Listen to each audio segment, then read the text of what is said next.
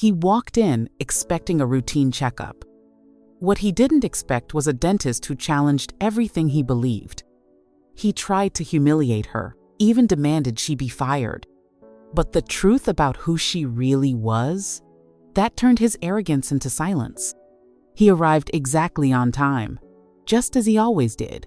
Well-dressed, pressed shirt, leather watch, and the subtle confidence of someone used to being in control. The clinic was quiet, clean, modern. A smiling receptionist checked him in and gestured toward the waiting area. He gave a nod, but didn't return the smile. As he sat, he scrolled aimlessly on his phone, glancing up every so often with the subtle impatience of someone who believes their time is more valuable than others. After a few minutes, a woman in scrubs appeared at the doorway and called his name. She was calm, professional, and carried herself with quiet assurance. But the moment he looked up and saw her, his demeanor shifted. His eyes narrowed. His jaw tightened. She was young, probably in her early 30s. But more than that, she was black. And for him, that was enough. He stood up slowly and approached, but his body language was stiff, his voice clipped. Without hiding his discomfort, he asked if she was just the assistant. When she told him she would be the one handling the procedure, his face twisted with disbelief. He stopped walking. He asked if there had been a mistake. When she reassured him kindly that there hadn't been, he frowned deeper. Then came the first comment, a muttered complaint about professionalism, a passive-aggressive remark about standards. The kind meant to sound harmless but landed with weight. She didn't respond. She opened the door to the treatment room and gestured inside, but he didn't move. Instead, he asked if someone else was available, someone more qualified. Someone who wasn't her. Still calm, she asked if he'd like to explain what the issue was. That's when he made it clear. He said it flat out. He didn't want someone with her skin color working on his teeth. He didn't trust it, didn't feel comfortable, didn't think it was right. The air changed. The receptionist turned her head. Another patient in the corner froze mid-scroll, but she didn't flinch. She simply stood there, listening. He folded his arms, waiting for her to argue, waiting for her to fight. But she didn't. She simply asked if he still wanted to be seen today. His voice rose. He said no, not by her. He demanded to speak to the one in charge, someone responsible, someone who could correct this ridiculous situation. She gave a small nod and stepped aside. Then she told him to wait just a moment. She would go get the person he was asking for. He paced slowly in the waiting room, arms crossed, mouth curled in irritation. Other patients glanced up now and then, sensing something had shifted in the room, but most tried not to get involved. The receptionist sat stiffly, trying to appear focused on her screen, though her fingers hovered above the keyboard without typing. The man muttered under his breath, sighing loudly, clearly expecting someone to come rushing out to apologize or offer him a replacement. Minutes passed, not many, but enough to test his patience. Then, without fanfare, the same black woman returned. She stood calmly in front of him, expression unreadable, and said the person he wanted to speak with was now available. She invited him to follow. He furrowed his brows, confused but willing to comply if it meant moving things along. As he followed her down the hallway, he spoke louder this time. He said it was unacceptable, unprofessional, downright irresponsible to allow patients to be handled like this. That he was paying for a service and expected respect. She didn't respond. Not a word. Just opened the door to a private office and gestured for him to enter. He stepped inside, expecting a man in a white coat, maybe an older woman with glasses, someone official-looking seated behind a desk. But the room was empty. She followed him in and calmly closed the door.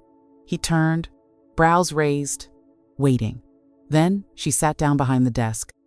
She adjusted her chair, placed her hands gently on the table, and looked at him with a stillness that made his stomach twist. He blinked, not understanding. Then she spoke. She told him the clinic was privately owned, and yes, she had heard his complaints. His confusion turned to disbelief. He asked again who the owner was, who ran the clinic, Who could resolve this? She leaned back, still calm, and simply repeated that she was the one responsible for every hire, every policy, and every patient interaction. That included him. His face reddened. He laughed dryly, a half-hearted chuckle that tried to mask discomfort. He said it couldn't be possible. He said it didn't make sense. She asked him why. No anger in her voice, no sarcasm, just a direct question. Why not? He didn't answer, not right away. His mind raced for a reason that sounded neutral, professional, logical. But every excuse that came to him fell apart before it reached his lips. He stood there, cornered not by force but by the truth. The very person he had dismissed, insulted, and tried to remove was the one in control. And she wasn't raising her voice. She wasn't demanding respect. She was simply showing him who actually held the authority in the room. And that silence, that stillness, was louder than anything he had said all day. He stood frozen in the middle of the room, caught somewhere between confusion and defiance. He tried to gather himself, straightening his shoulders, lifting his chin, as if posture alone could put him back in control. But it didn't work. She remained seated, composed, still watching him with the quiet authority of someone who didn't need to prove anything. He cleared his throat and began talking again, this time choosing his words more carefully. He said he had nothing personal against her, that this was just about his comfort, that in a professional environment, patients had a right to choose their provider. She listened, nodding slowly, and then asked if he had ever reviewed the clinic's website. He hadn't. She asked if he'd read the policy agreement he signed when he became a patient. He hadn't done that either. Then she gently reminded him that the clinic, her clinic, clearly stated that all care was delivered at the discretion of licensed medical professionals and that patients who expressed discriminatory preferences would not be accommodated. The color drained from his face. He didn't respond, not at first. Then he asked if she was accusing him of something. The question wasn't really a question. It was a desperate attempt to regain moral ground, but she didn't take the bait. She calmly restated the facts. He had refused care based solely on the skin color of the licensed dentist on duty, and he had requested that she be replaced or removed because of it. That was his decision. No accusations necessary, just facts. He said he wasn't trying to make a scene. She reminded him that he already had. He tried again, this time softening his tone, saying maybe they had gotten off on the wrong foot, that maybe she could just assign someone else, just for today, just this once. She looked at him for a long moment. Then she told him, without any anger, that the only other available provider that day had been reassigned to an emergency case. That meant he had two options. He could receive care from her, the owner and lead dentist, or he could reschedule and try his luck another day. But future appointments would still be with the assigned provider on duty. That wasn't punishment. That was policy. He didn't know what to say. The rules he thought he could bend weren't bending. The quiet confidence he thought he could intimidate wasn't budging. And the woman he had looked down on hadn't raised her voice once. She didn't need to. She had already made one thing very clear. His prejudice had no place here, not in her clinic, not under her roof. He finally stepped back, visibly flustered, and muttered something about needing a minute. She nodded politely and opened the door for him. No eye rolls, no attitude, just the same professional calm she had carried since the moment he arrived. As he walked back down the hall, the same receptionist gave him a quick glance but said nothing. He took a seat again, but now he wasn't scrolling through his phone. His hands were still. His eyes stared at the floor. The confidence he'd worn like armor earlier had cracks now, subtle but growing. It wasn't just about being told no. It was the way it was done without aggression, without fear, and without giving him anything to fight against. Just facts, rules, and unshakable authority. He stayed there for several minutes, long enough for the quiet in the clinic to feel heavier. Other patients came and went, and he sat there, trying to figure out what to do. Eventually, the receptionist spoke gently and asked if he still planned to receive care. He hesitated, then nodded. Slowly, reluctantly, as if every movement felt like surrender. When he returned to the treatment room, she was already there, ready, gloves on, chart open. She greeted him the same way she had before. No sarcasm, no coldness, just polite professionalism. He didn't say much at first, just settled into the chair and looked at the ceiling. She began the procedure, explaining each step with clarity and care, just like she would with any other patient. There were no cutting remarks, no pointed comments, no reminders of what had just happened.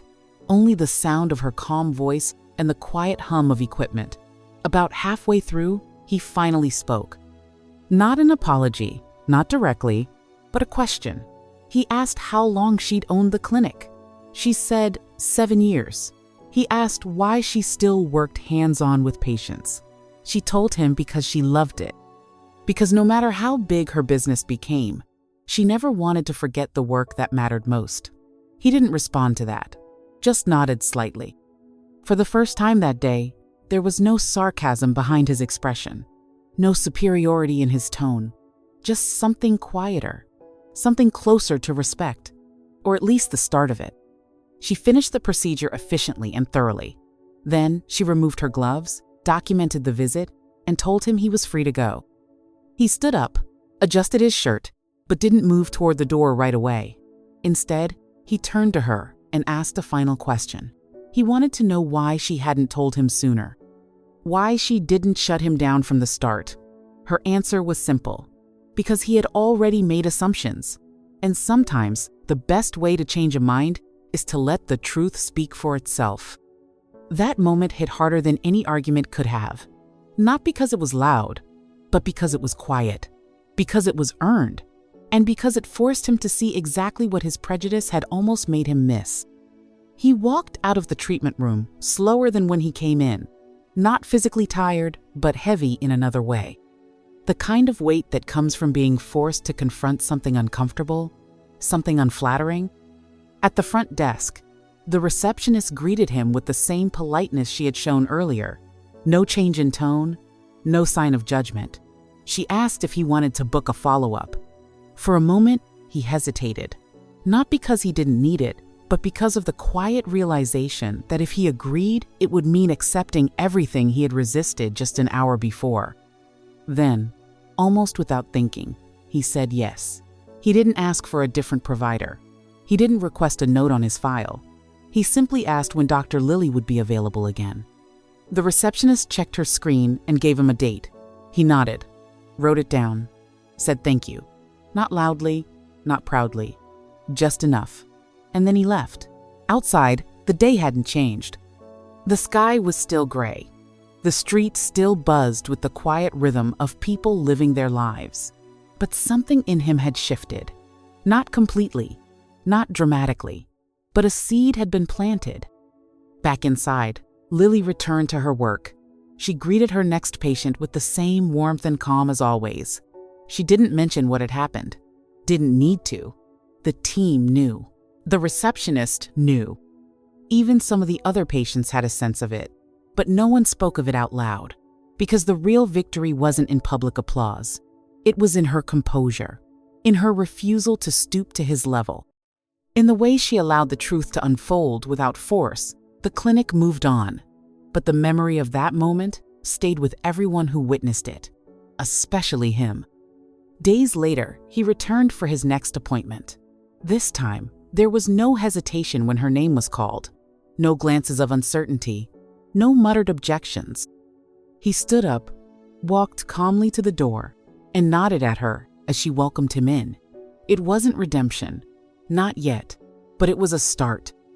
And sometimes, the smallest steps forward are the ones that carry the most weight. Word traveled in quiet ripples, not through gossip, but through quiet retellings among staff and patients who had witnessed pieces of that day. No one at the clinic shared the story with malice or mockery. They didn't need to. The facts were powerful on their own. A man had arrived, demanded a different dentist based on nothing but skin color, and unknowingly insulted the very woman who owned the building he stood in. What struck people most wasn't his behavior, was her response. Calm, controlled, graceful under pressure. In a world where conflict often becomes theater, she had chosen dignity instead of spectacle. And that choice echoed. The receptionist, who had silently clenched her jaw when the man first raised his voice, later admitted to friends that she had never felt prouder to work there. Not because of any dramatic confrontation, but because of the restraint and strength it took to respond with patience when anger would have been justified. Patients who were in the waiting room that day returned for follow-ups and mentioned how impressed they were not with the argument, but with the silence. The way she had let him unravel on his own, without ever raising her voice. A quiet power had passed through the room that day, and everyone had felt it. A few even left online reviews, never naming the man or exposing the incident, but praising the professionalism of the staff and the leadership of the owner. One simply wrote that the clinic stood for more than teeth, it stood for character, and within a few weeks, her patient load had grown. Not because of viral fame or social media attention, but because word of mouth told the truth louder than any headline could. Meanwhile, the man returned again and again, each time a little more quiet, a little less guarded. The staff never brought up the past. She never did either. But change was visible in the way he interacted not just with her, but with the environment. He no longer carried the stiffness of assumed superiority. He listened more, waited without complaint, asked questions with curiosity instead of challenge. It wasn't an apology, but actions speak in ways words often can't. And while the world outside spun on as noisy and divided as ever, something rare had happened inside those walls. A moment of ugliness had been met with calm, and from that, something better had begun to grow, not loudly, not perfectly, but undeniably. By his fourth visit, something subtle but undeniable had changed, not just in the way he walked through the door, but in how the room responded to him. The receptionist still offered the same polite greeting, but this time he responded with eye contact and a soft thank you. No tension, no undertone, just acknowledgement. When Lily called his name, he rose without hesitation. There was no pause, no scanning the room for alternatives.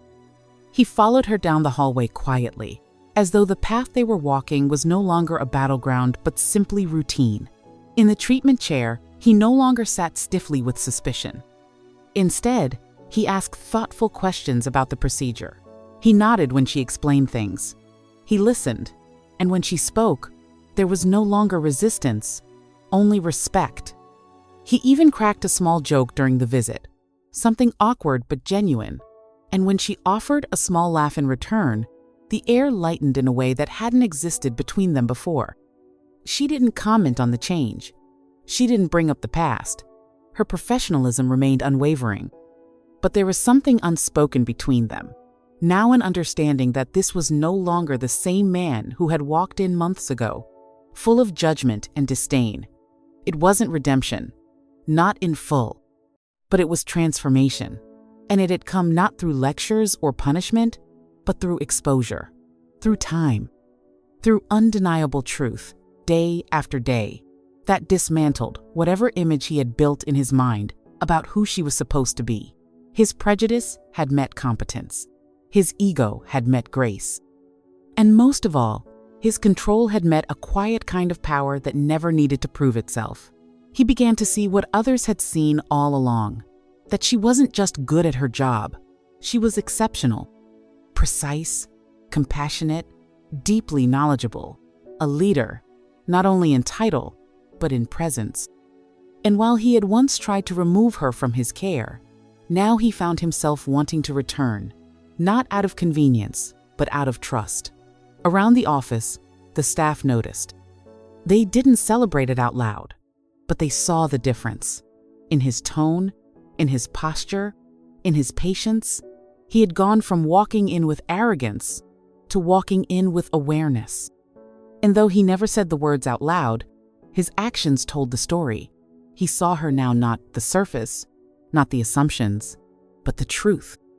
And that shift, subtle as it was more powerful than any argument he had once tried to win. The man continued to show up to his appointments, never missing one, never arriving late, but something deeper was happening now. something that went beyond polite nods and quieter body language. He had started to observe more, to notice the people around him in the waiting room, the diversity, the way the staff interacted, how patients of every background were treated with the same respect. What once might have triggered his judgment now seemed to quiet him, not out of shame, but understanding. He began to see the clinic for what it really was, space that operated on integrity, not image.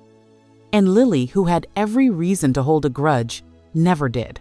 She treated him no differently than the others, not with extra kindness to prove a point, not with coldness to punish him, just fairness, professionalism, decency. And that was what changed him the most, that refusal to give him the reaction he probably once expected.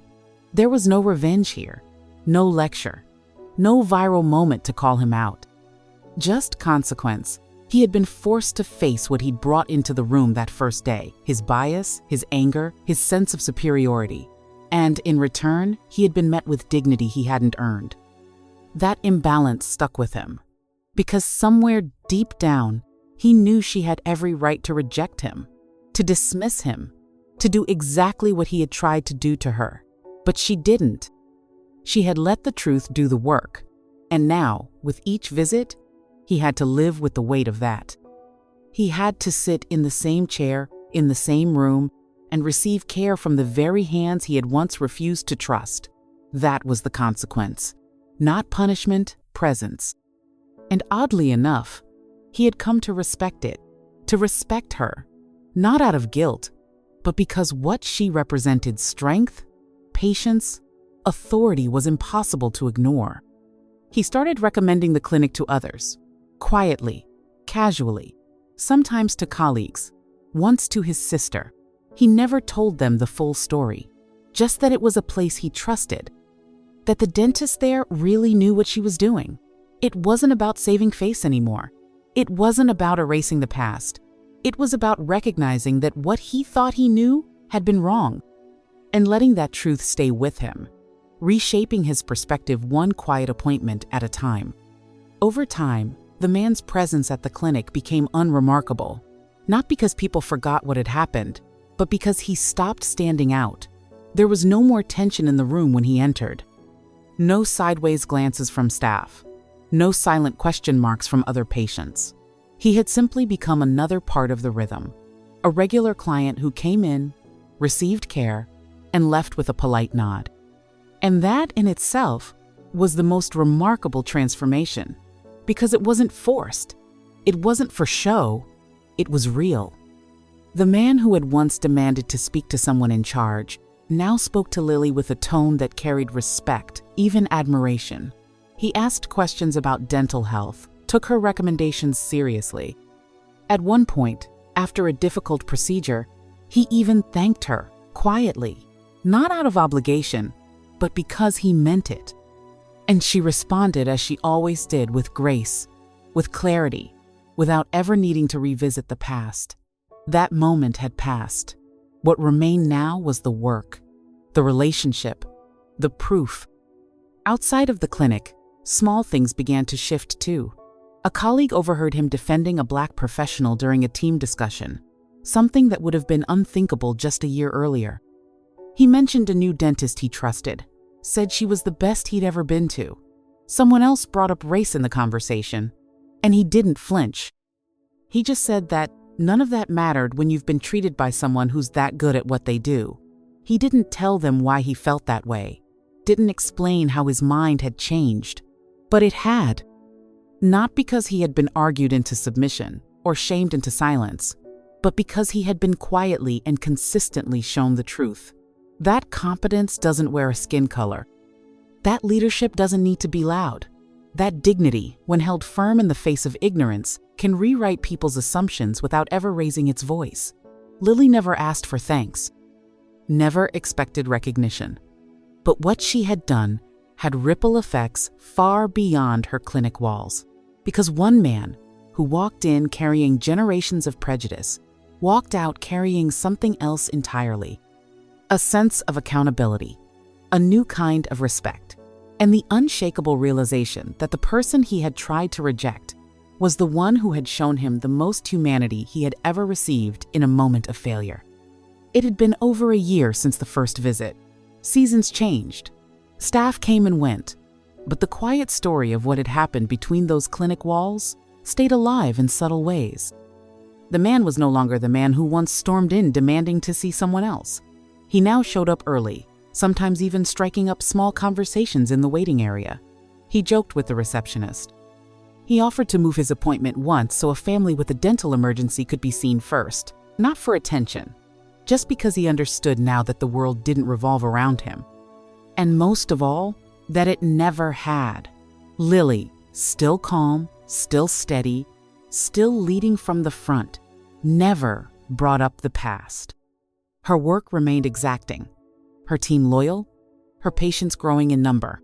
But the impact of that moment, the day when a man tried to reduce her to nothing more than the color of her skin, had settled into something permanent. It wasn't the firestorm that changed him. It was the refusal to fight fire with fire. Her restraint, her patience, her presence. It rewrote the rules he thought he understood. Because in that room, in that chair, there had been no shouting. No revenge. Just excellence. Just quiet authority that made his ignorance feel small not through humiliation, but through contrast. In the end, she didn't need to win the argument. She never entered one. What she did instead was let reality speak louder than his bias. And that truth sat with him longer than any scolding ever could. One day, during a routine checkup, something shifted again. He looked up at her mid-procedure, paused, and asked her how she kept so calm that first day. It wasn't a challenge. It was curiosity, a need to understand. She paused only briefly and told him something simple, that when people try to take your dignity, the best way to answer is to show them they never had the power to touch it. He didn't reply right away, but something in him settled. That sentence would stay with him long after the appointment ended, long after he left the building, long after the next time he was confronted with his own old instincts. And slowly, piece by piece, the man who once defined people by appearance began to define them by something else, by how they carried themselves, by what they did when they were tested, and above all, by what they chose not to become, even when they had every reason to. That's how this story ends, not with a dramatic apology or a public confession, but with something much harder to achieve. Change that lasts. Change that sticks. Change that came because one woman decided to let her strength speak through silence, and in doing so, made a louder impact than any shout ever could.